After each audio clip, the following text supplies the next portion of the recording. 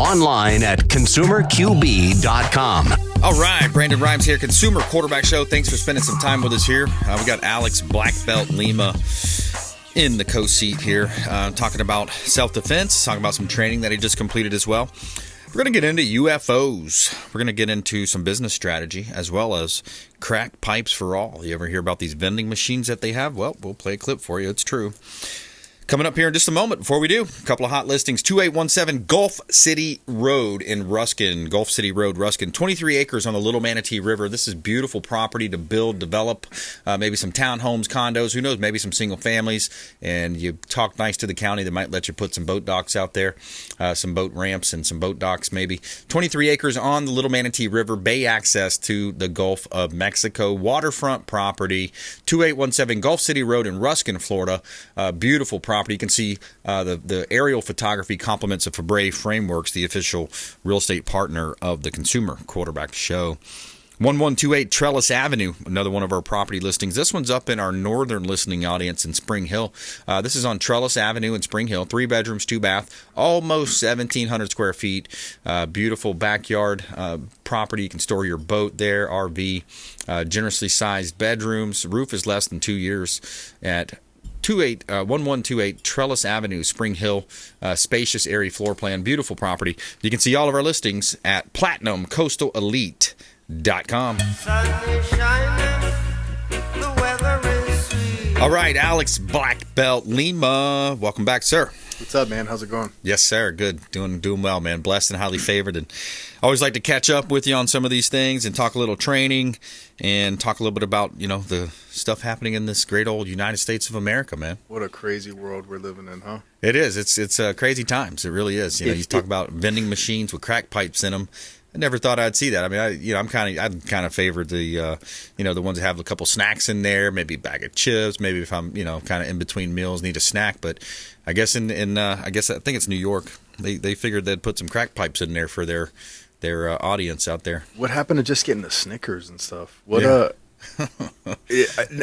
I'm curious what the going rate is for a crack pipe out of a vending machine. Yeah, exactly. Like, that's nuts. So you can just panhandle on the corner, get enough change, and then go grab oh my God. I guess so. We got a clip here I'm going to play in just a minute. But pray hard for our country, man. Pray for the country. That's right. We got UFOs becoming more and more prevalent too. That I'm okay with. Yeah. That I'm okay with. That's something I can actually understand, and it's something I can fight against. What I cannot comprehend and figure out how to fight against is these obscene policies and things and things that are becoming readily available to the wrong kind of American citizen, non-functional members of society. Isn't the goal to have a society of functional members? But it wouldn't seem that way. For the normies. If you're reading the playbook, I mean, I don't know. For the normies. Yeah. That's the problem is there's not enough normies. Well, I guess there's more, but it's just they figure out a way to stuff ballots to make it seem like there's more of them. But, so we got another clip, too. I want to play about the BLM rioters, in this two-tier justice system that you find in America now, too. You got Trump on some trumped-up charges on a library book overdue, but we got proof that, Burisma, the connections there with Burisma through the Biden family. But let's touch on your training. You did some training with Boone. Now, we had Boone on the show. He's a former CIA guy. Is that right? Boone was former CIA, was it, or special ops? He was he was actually one of the survivors of Benghazi, of the story of the 13 hours of Benghazi. 13 hours. Yeah. He was one of the guys that for 13 hours stood the ground and they were at the time they were CIA operatives, and it was a team of I don't want to misquote anything, but it was a team of like former Army Rangers, CIA, snipers, Marine, all that. Yep. And they were these guys were, I believe it was 6 of them at the time that were hired to be contractors to protect this consulate, this ambassador, that had been there for several times already. But it was just this one point in time. It was at the time when one of the leaders of the insurgents, he was either killed or lost power. So they did something that was found disrespectful, and they attacked them. So these guys, they put up a hell of a fight, doing what they could to protect. But it's pretty horrible. If you haven't had a chance to check out the movie, definitely check it out. Speaking and knowing Boone personally, he was on set. His character is actually depicted in the film as well. Yeah. And he says, per what he told me, that the movie is at least 80% accurate. Mm-hmm. That's huge for Hollywood. Yeah. And then read their book. Him and Sarah, they wrote the book Benghazi, Know Thy Enemy. and that'll tell you the stuff from behind the scenes that you didn't get to see. Right. Yeah, and he, in the overstory of that too, was Clinton at the time, Secretary Clinton, I guess didn't allow reinforcements or told him stand down, wouldn't let people go in to defend, and they killed the American ambassador there. He got killed. Yeah, he was killed. He was exactly. he was one of the first. When they went to do recovery at that point to see bodies, that was one of the ones that they had found. It's pretty crazy. Yeah, there's a very powerful scene in the movie where the guys, Boone and his team that were hired to protect are like essentially begging to be cut loose to go and protect. Like they can see from across the way that they're getting attacked, and they're like, "You got to cut us loose. These people are dying. You got to let us go." Yeah. And then they were fighting to get the okay. Yeah. And then they jumped in their rides and went. And their leader at the time that passed away, unfortunately, killed in that in that series of events that took place. In that scene in the movie, he tells them, none of you has to go, but we're the only help that these people have. Yeah, it was very, very powerful, man. It's crazy. Those guys are legitimate heroes, and God bless them. And thank you to Boone for what he did, and his team, what they did, and what they continue to do. With his training of civilians, and it's not just civilians. They train SWAT. They train forces guys come through. It was pretty nuts what we were out there doing. Went to this. It's an undisclosed location. I can't disclose the location of where we went, but I can tell you that the training was far beyond what I anticipated I was going to receive, and I'm a better shooter and a better man for it. So. Yeah, I love that. And shout out to Florida Firearms Academy as well, Thomas King, for putting us in touch with these guys and always being our Second Amendment expert contributor on the Consumer Quarterback Show. I want to get into a couple of the current events and some clips here because, we do have this dual system of justice in America right now. This one is one that I heard, and I wanted to, because there was a gal that wrote a book. It was about... it's called it's Justice. Let me play the clip here. Now, in your recent article titled 3 Years Later, No Justice for BLM Insurrection in D.C., you compare the handling of the events of J6 and the BLM riots in D.C.'s Lafayette Square in 2020, how they've been treated totally differently by the DOJ. Tell us about the argument you're making there. Well, obviously, the events of 2020 for months where you had BLM Antifa rioters burning down parts of the city, trying to scale the walls and fence outside of the White House, causing the lockdown of the White House, as we all recall, confronting Republican lawmakers in the streets, harassing Trump supporters at the two rallies in November and December. But for comparison, Lafayette Square is the closest to what happened at the Capitol because Lafayette Square is a federal park. It's located right next to the White House or close to the White House. And those riots involved assaults on federal police officers, both Secret Service and Park Police. And the assaults on those officers lasted for weeks, and in many cases were far more vicious and injurious and dangerous than what happened for a few hours. So there you have it, dual system of justice, two-tier system of justice. And, that's what happens is you have this, when you allow this to happen and you create this, it's a known fact. And then you have these Antifa and these BLM members that know that they're emboldened by, not only can they get away with it and not get arrested, but if they happen to get arrested or get, detained, they know that there's going to be cashless bail. They're not going to have to, face a prosecution because the prosecutors, and most of them are George Soros appointed prosecutors. So we've got this two-tier system in America. And then you get into the Kyle Rittenhouse situation, where he defended himself and now he's put on trial for his life by simply just defending himself and shooting someone before they were to shoot him. Yeah, I don't know, man. I don't know what's happened to the human race in general, but my belief is, unfortunately, in society, and fortunately, I guess, there's two main reasons why people do the right thing. We all know right from wrong, whether we want to admit it or not. We all know right from wrong, right? You either do the correct thing, the proper thing, because one, you have a strong moral compass that points you in that direction, and you understand to choose right over wrong.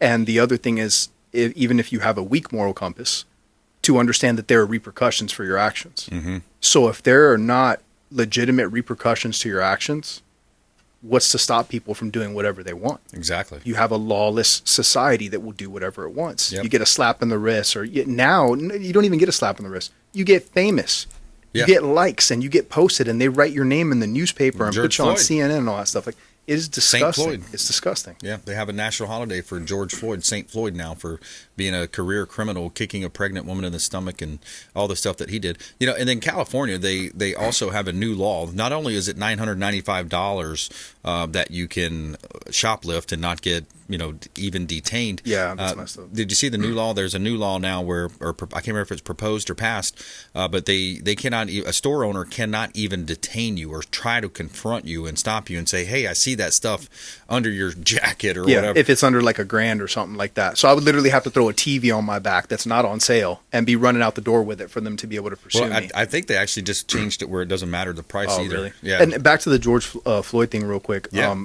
He was absolutely a criminal. But at the same time, too, those officers, they could have been better trained. They could have been better trained. Yeah. But that's a side story. Especially about in a situation like that. Should have put him in the back of the car. If he's going to beat up the truck, then let him beat up the truck. Yeah. That was not a good. What do they call that, image or it's a bad depiction of law enforcement. Yeah. But again, law enforcement as a whole, I love our law enforcement. I love our military. Absolutely. But there's quite a few that could take their job more seriously and seek better training. Do more training. Mm-hmm. All right, here's a clip about crack pipes for all. This is unbelievable. Newly installed drug-themed vending machines in New York City were cleaned out overnight after being installed on Monday. City officials say the vending machines, which include various paraphernalia, including crack pipes and Narcan, will help prevent overdoses. Daily Wire investigative reporter Mairead Elordi is here with the details for us. So, Mairead, more than a year ago, you reported about a Biden administration initiative to give out, quote, safe smoking kits. It was a pretty controversial use of taxpayer funds at that time, but now it sounds like New York has implemented a similar program. Tell us about that program. Hi, Georgia. Yes, so New York City officials announced Monday that the city has installed the first of 4 of these vending machines. According to a city health department official, the big blue vending machines will be installed in some of New York's most drug-infested neighborhoods. The vending machines will offer free drug paraphernalia, including, quote, safer smoking kits that include a crack pipe, mouthpiece, and lip balm for smoking crack and crystal meth. The machines also offer the emergency overdose drug naloxone, which has the brand name Narcan, and drug test strips that detect fentanyl. People can also pick up other non-drug-related items from the machines like condoms, tampons, nicotine gum, and first aid kits. Bro.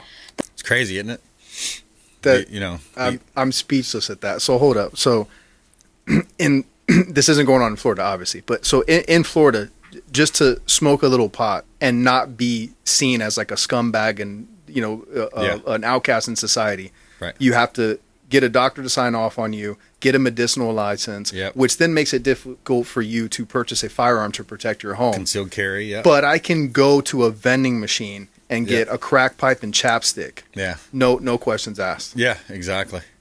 I'm done. I don't know what to say.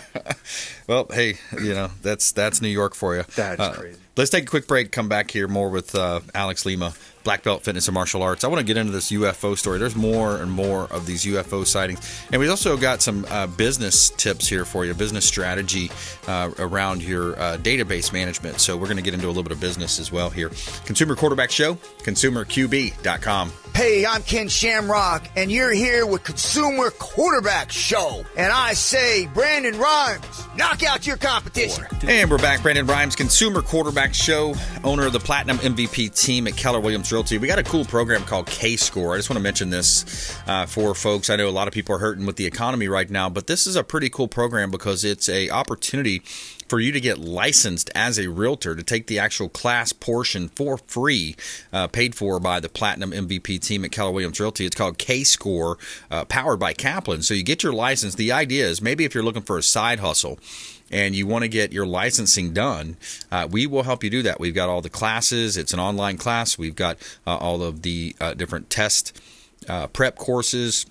And then, of course, you'd have to, take the state test and pass. And then now, once you're a licensed realtor, you can simply refer over a business. So you can refer a name and phone number of a buyer or seller, investor, And then once that deal closes, you would make 25%. You would earn 25% of that deal as a referring agent.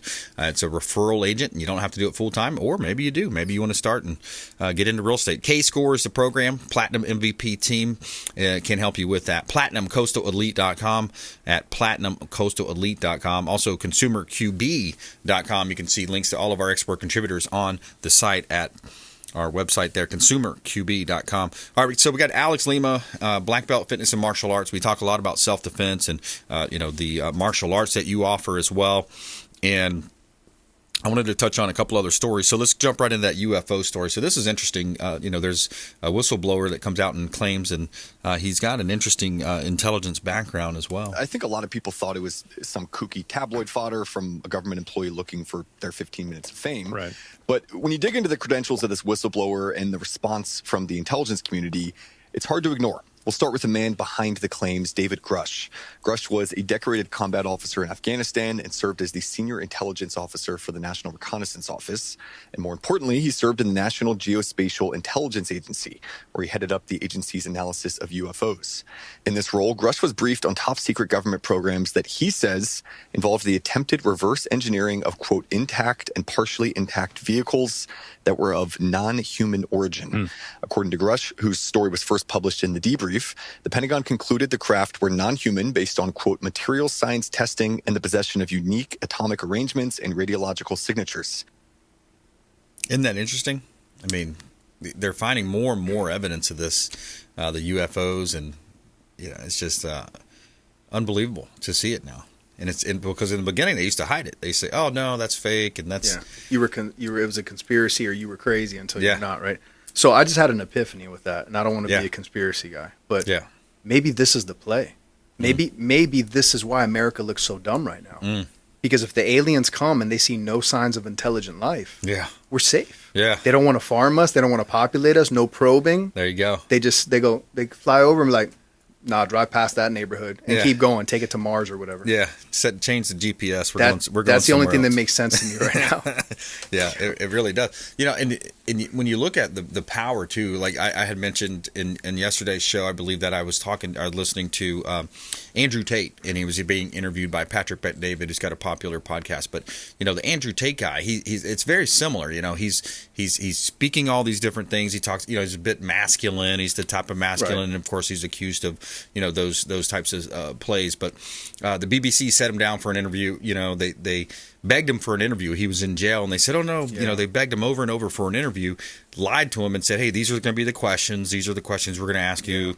Walked in, was smiling to him, and then when they sat down with him, the very first question was, "Oh, you're accused of rape. You're accused of these nasty things." So they lied just to get the interview, and then they just wanted that shock footage. But he's very good at, of course, handling himself. But then, let's come back overseas to our country. We got a successful business person that ran the country amazingly, best economy, no new wars, lowest unemployment, and then now the same persecution has been going on with this guy named Trump for years and years and years now. So it's happening overseas. It's happening here. The dual system. You got the Epstein flights. All these different things happening. It's an interesting time to be alive, isn't it? That's one way to put it. I mean, I don't know. I'm thankful to an extent with Elon Musk and Twitter now. Yeah. Where that does, at least at this point in time, does seem to be where you can find. You have to cipher through it some. But you can find more reputable information, because of the speech that's allowed through there. And I want to see more things leaked. I want truth. I'm a seeker of truth. Yeah. I want to see these things, these documents, all these things. Like with the laptop information, there's just so much tied to these people that how does somebody not just like say enough? Even if you're with them, like if you roll with that gang, you have to be tired of some of this stuff. There is no way that everybody is okay with the way things are being run right now. Yep. Exactly. You can only bleed blue for so long. Right. Yeah, and that's the big difference. The party of the old JFK era is not there. No, it's different. It's definitely not there. So I want to take the last couple minutes and figure out, like, what are some things that we can do? What can our listeners do? What can folks do to support the good guys, right? So that would be, of course, this parallel economy. There's different apps. There's one called Patriot Square, where you can go on. You can actually put your business there. We put our business there. Patriot Mobile, patriotmobile.com / is it REQB? I believe it's REQB. REQB. So they could support our show by going to patriotmobile.com / REQB and start supporting, conservative, like-minded companies, companies that aren't with the woke left agenda.